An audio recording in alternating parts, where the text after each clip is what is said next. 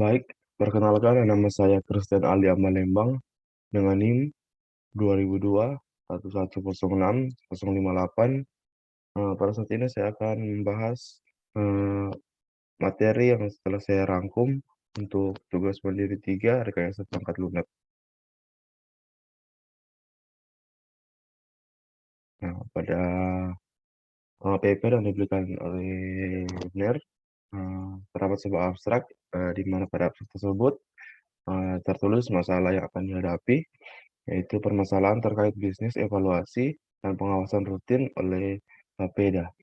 Kemudian metode yang akan dilaksanakan yaitu proses analisis desain era Koref dengan menggunakan kerangka kerja dan panduan dari pengembangan perangkat lunak Fusilcom Agile Unified Process atau PAUS.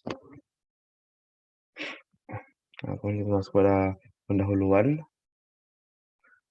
Sebenarnya apa itu Bapeda? Bapeda sendiri atau Bahan Perencanaan Pengembangan Daerah merupakan unsur pelaksana tugas khusus dalam mendukung pelaksanaan program Kota Manado, khususnya di bidang perencanaan, pemantauan, dan evaluasi pembangunan. Kemudian ada fungsi dan permasalahan oleh Bapeda. Pertama fungsi, yaitu menyusun program kerja tahunan dan rencana kerja pembangunan daerah. Kemudian ada memantau dan mengevaluasi pelaksanaan pembangunan. Kemudian ada melaporkan hasil pembangunan oleh masing-masing SKPD atau Satuan Kerja Perangkat Daerah. Kemudian ada permasalahan, program kerja yang diusulkan seringkali tidak sesuai dengan visi misi yang diminta. Kemudian ada anggaran melebihi batasan yang kadang disediakan. Kemudian ada jumlah SKPD yang dimasukkan dalam suatu data itu berlebihan.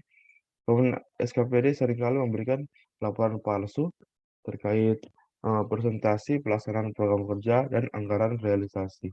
Kemudian nomor 5 ada SKPD wajib dimasukkan secara berkala setiap bulannya. Yang ada pertimbangan teoritis. Pertama ada model siklus perangkat lunak. Menurut Stephen R. Schatz ini, siklus perangkat lunak itu dimulai dari nol, kemudian definisi kebutuhan, kemudian ada tahap analisis, kemudian tahap desain, dan tahap implementasi. Kemudian ada Unified Modeling Language. Menurut Schatz, UML lebih ke bahasa ketimbang dari metode. Sebagai bahasa, UML digunakan untuk perangkat lunak yang dikembangkan dengan software development paradigma dan metodologi. Kemudian desain model platform Government 2.0 Indonesia. Platform Government 2.0 Indonesia dirancang oleh Wibosono dan Sensuse. Menurut Wibosono, platform Government 2.0 Indonesia terdiri dari 3 hal, yaitu pertama implikasi sistem pemerintahan, kemudian implikasi sistem e-government, implikasi pada bidang kajian keilmuan. Kemudian Fusilcom Agile Unified Process atau PAUS. PAUS merupakan suatu sistem metodologi untuk pengembangan sistem perangkat lunak dengan paradigma berorientasi objek dikombinasikan dengan praktik agil.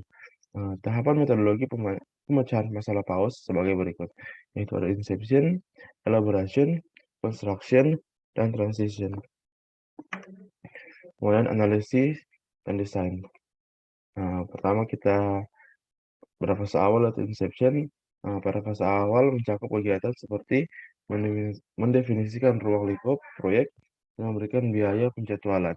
Sini ada estimasi pada RFRF-nya. Kemudian fase elaborasi. Sasaran dari tahap ini adalah untuk menentukan sistem arsitektur yang menjadi landasan perancangan dan implementasi pada tahap-tahap konstruksi. Pada tabel 1 ada prioritas serikat pengguna ini.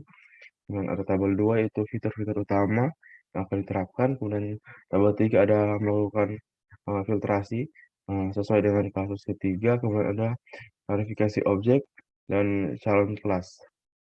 Kemudian pada fase konstruksi atau construction, rancangan dan konstruksi perangkat lunak era Koref mengikuti model platform layanan web arsitektur dengan web based ROI seperti di samping ini. Kemudian pada kesimpulan, sistem informasi era Koref dapat dikembangkan dengan pendekatan agil menggunakan pedoman Fusilcom Agile Unified Process atau PAUS.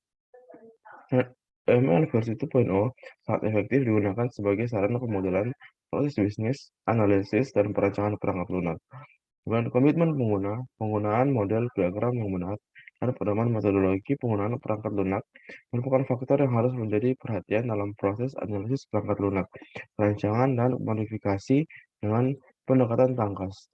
Dan era Korea sebagai bagian dari tata kelola e-government menuju terwujudnya Manado Smart City harus mengikuti desain model platform government 2.0 Indonesia untuk memastikan kepatuhan dan keterbukaan yang dalam pengembangan sistem informasi yang terintegrasi.